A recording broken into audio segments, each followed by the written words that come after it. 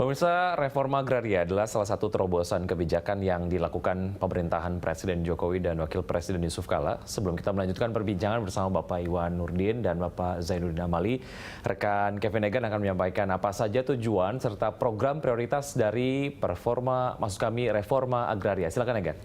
Wiki, terima kasih. Pemirsa, reforma agraria adalah upaya pemerintah untuk menciptakan keadilan dalam penguasaan dan kepemilikan tanah. Bukan hanya untuk mengurangi potensi akar konflik dan juga sengketa lahan, ini juga diharapkan mampu menjadi cara dalam meningkatkan kesejahteraan masyarakat. Nah, kita akan lihat sekarang apa saja tujuan utama reforma agraria.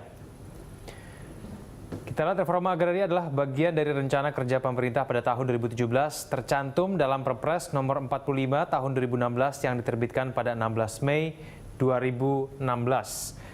Tujuannya adalah yang pertama mengurangi ketimpangan penguasaan dan pemilikan tanah, menciptakan sumber kemakmuran dan kesejahteraan masyarakat, memperbaiki dan menjaga kualitas lingkungan hidup, meningkatkan ketahanan pangan. Kelima, menyelesaikan konflik agraria, memperbaiki akses masyarakat kepada sumber ekonomi. Terakhir, mengurangi kemiskinan dan menciptakan lapangan kerja. Dengan belasan ribu pulau yang tersebar di Nusantara tidak mudah untuk melaksanakan reforma agraria. Oleh karena itu, pemerintah telah menetapkan beberapa program prioritas.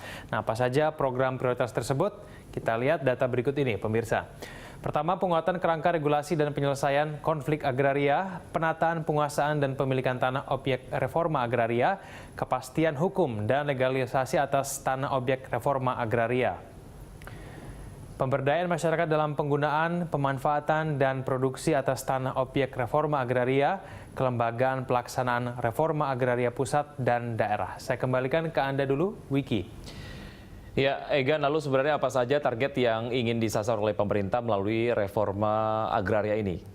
Ya, dan juga pemirsa, reforma agraria terutama dilakukan melalui legalisasi aset serta redistribusi tanah. Salah satu program utamanya memang melalui pembagian sertifikat tanah yang selalu menjadi bagian pada setiap kunjungan Presiden Joko Widodo ke berbagai daerah di Indonesia. Nah, mari kita simak data-data berikut ini.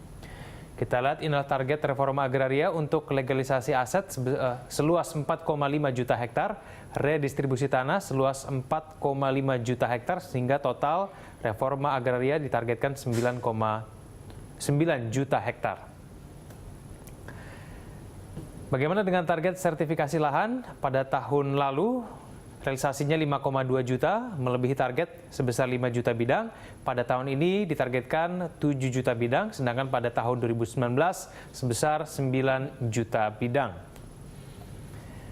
Nah, sekarang kita lihat akses legal pengelolaan kawasan hutan ditargetkan 12,7 juta hektar hingga 2019. Proyeksi realisasi dari Kementerian LHK 4,38 juta hektar, pencapaian per 18 Desember 2017 tahun lalu 1,33 juta hektar. Demikian data-data yang dapat saya sampaikan, saya kembalikan ke Anda, Wiki. Ya, baik Egan, terima kasih atas informasi yang Anda sudah sampaikan, dan pemirsa, kita akan lanjutkan perbincangan tentang reforma agraria setelah jeda berikut.